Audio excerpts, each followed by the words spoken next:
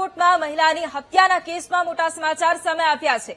મૃતક મહિલા સાંજે 7:56 એકલી જતી જોવા મળી। મૃતકે પતિને કહ્યું હતું કે હું પાણીપુરી ખાવા જાઉં છું। ભગવતીપરા વિસ્તારમાં મહિલાની ઘાતકી હત્યા નિપજાવવામાં આવી હતી। સ્નેહાબેન આસોડિયા નામની મહિલાનો મૃતદેહ મળી આવ્યો હતો। તીક્ષ્ણ હથિયાર વડે હત્યા કરવામાં આવી હોવાની પણ આશંકા છે। મૃતક પત્ની કોપર ગ્રીન સોસાયટીમાં રહેતા હતા અને હવે આ જ મુદ્દે એક સીસીટીવી ફૂટેજ સામે આવ્યા છે કે જેમાં એક મોટો ખુલાસો અને આ જ મુદ્દે સંવાદદાતા શનિ ફોન લાઈન પર છે। શનિ, રાજકોટમાં જે મહિલાનો મૃતદેહ મળી આવ્યો હતો તેમાં એક ખુલાસો, સીસીટીવી ફૂટેજમાં મહિલા એકલી જતી દેખાય છે, આ મુદ્દે શું જાણકારી? ચેતના વાત કરવામાં આવે, રાજકોટના ભગવતીપરા વિસ્તારમાં જે ચકચારી ઘટના પામી છે સ્નેહાબેનની હત્યા મામલે અત્યારે જે સીસીટીવી સામે આવી રહ્યા છે, તો મહિલા જયારે પોતાની સોસાયટીમાં બહાર નીકળી રહ્યા છે ને તેના ઘટનાના સીસીટીવી સામે આવી રહ્યા છે। તેઓ ઘરેથી કહીને નીકળ્યા હતા, પાણીપુરી ખાવા જઈ રહ્યા છે। બાદમાં તેઓ પાણીપુરી ખાઈને તેમના પતિને ફોન કરે છે કે હું પાણીપુરી ખાઈ લીધી છે, ટૂંક સમયમાં તમે મને અહીંથી તેડી જાવ। જયારે તેના પતિ તેડવા જાય છે ત્યારે મહિલા ગુમ હતા અને મહિલા ગુમ થતા આખી રાત તેઓના પરિવારજનોએ શોધખોળ હાથ ધરી।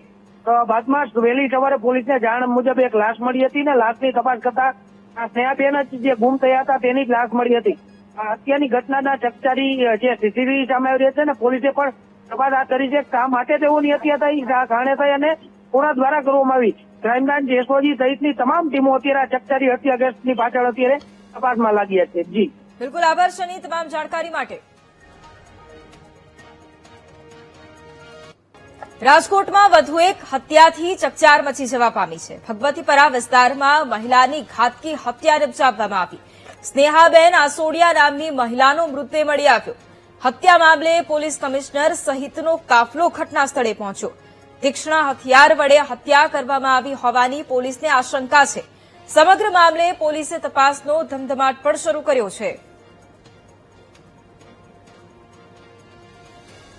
બી ડિવિઝન પોલીસ સ્ટેશન વિસ્તારમાં એક અવાવરૂ જગ્યા છે ખેતરની બાજુમાં, ત્યાં અંદરનો રસ્તો છે, ત્યાં એક સ્નેહાબેન હિતેશભાઈ અસોડિયા 33 વર્ષની ઉંમરના બેન છે। એમને રાત્રિ દરમિયાન કોઈપણ સમયે હત્યા કરીને માથાના ભાગે, મોઢાના ભાગે તીક્ષ્ણ હથિયારથી હત્યા કરીને એમનું મૃત્યુ નિપજાવેલ છે અજાણ્યા ઇસમે।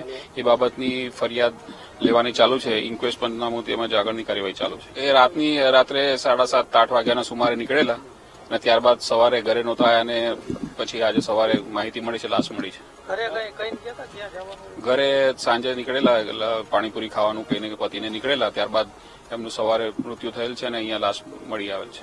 રાતે પાણીપુરી ખાવા ગઈ હતી અને ઘરે આવી નહીં। પછી તો કઈ જગ્યાએ પાણીપુરી ખાવા ગયા હતા? પાણીપુરી આગળ ચોકમાં ખાવા જાય છે। તમને કઈ જાણ કરી હતી?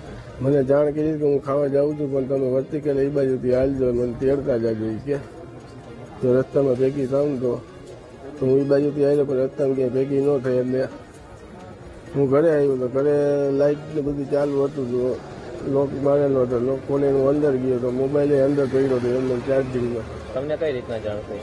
મને જાણ એમના ભાઈ તરીકે થઈ જાણ કે આવી રીતે અમને આવ્યું છે મોબાઈલમાં એ કે